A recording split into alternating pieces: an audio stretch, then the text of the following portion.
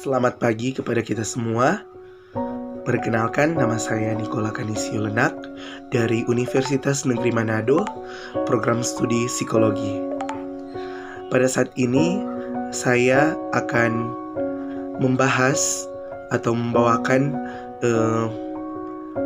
sebuah materi tentang kesetaraan gender, lebih khususnya apa sih pentingnya atau seberapa pentingnya kesetaraan gender di dalam rumah tangga, dalam hidup berumah tangga, yaitu lebih khusus ini pada suami dan istri, seorang laki-laki dan seorang perempuan.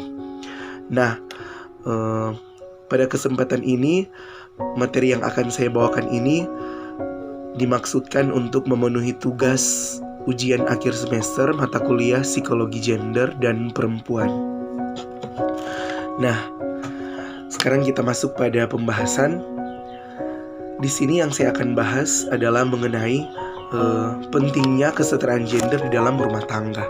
Perlu kita ketahui bersama, saat ini di Indonesia sudah begitu banyak. Kalau kita lihat di televisi, kita dengar di radio atau di media sosial, ada banyak permasalahan, bahkan kasus-kasus yang terkait dengan permasalahan rumah tangga atau kesetaraan gender dalam rumah tangga, yaitu suami dan istri.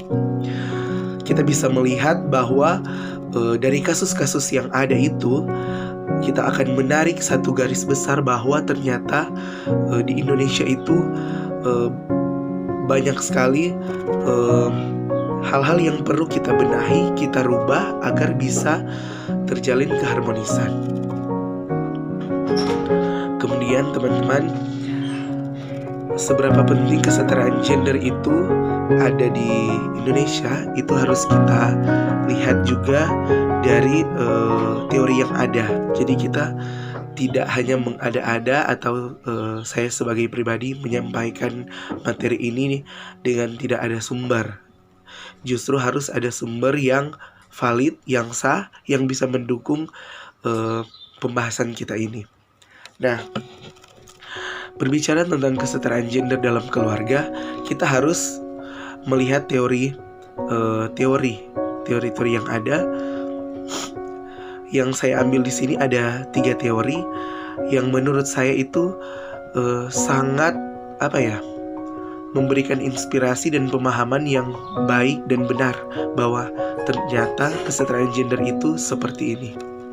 Nah, yang pertama itu ada teori nurture, namanya teori nurture. Nah, teori ini mengatakan bahwa seorang laki-laki dan seorang perempuan itu mempunyai konstruksi sosial budaya yang berbeda dan berdampak juga pada peran sosial yang berbeda pula.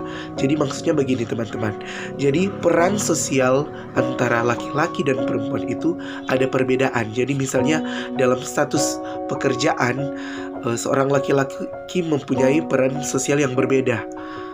Misalnya dia menjadi seorang polisi, tugasnya akan berbeda dengan seorang perempuan yang misalnya menjadi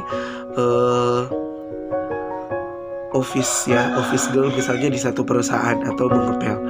Nah, itu yang menjadi teori nurture. Menurut teori nurture itu seperti itu.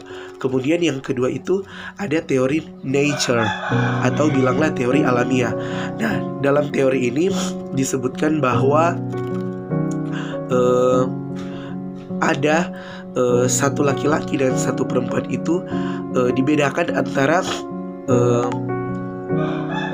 sisi biologisnya. Jadi sudah ada pembeda antara perempuan dan laki-laki dari sisi biologisnya.